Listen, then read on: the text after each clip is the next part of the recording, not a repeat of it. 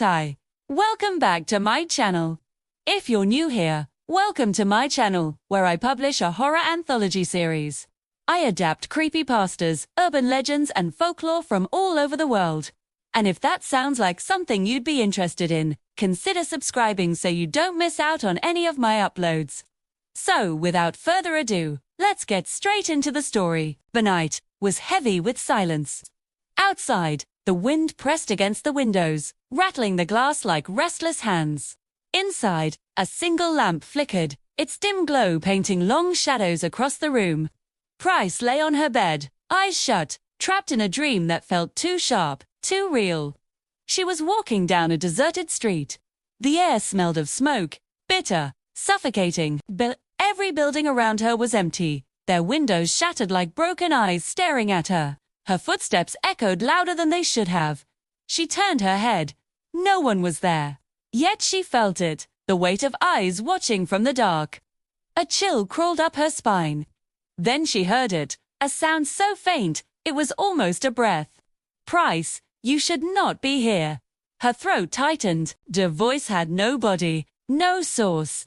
It came from everywhere at once. The street stretched longer, bending in ways that did not make sense.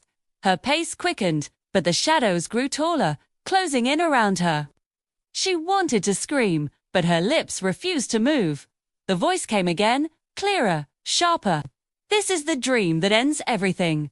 Pris stopped walking. Her heart pounded so hard she thought her chest would shatter, and then Pris stood frozen. The shadows around her pulsed like living walls, pressing closer. The voice whispered again, now right behind her ear. This is the last path you will walk. Her knees trembled. She turned slowly and saw herself. Another Pris.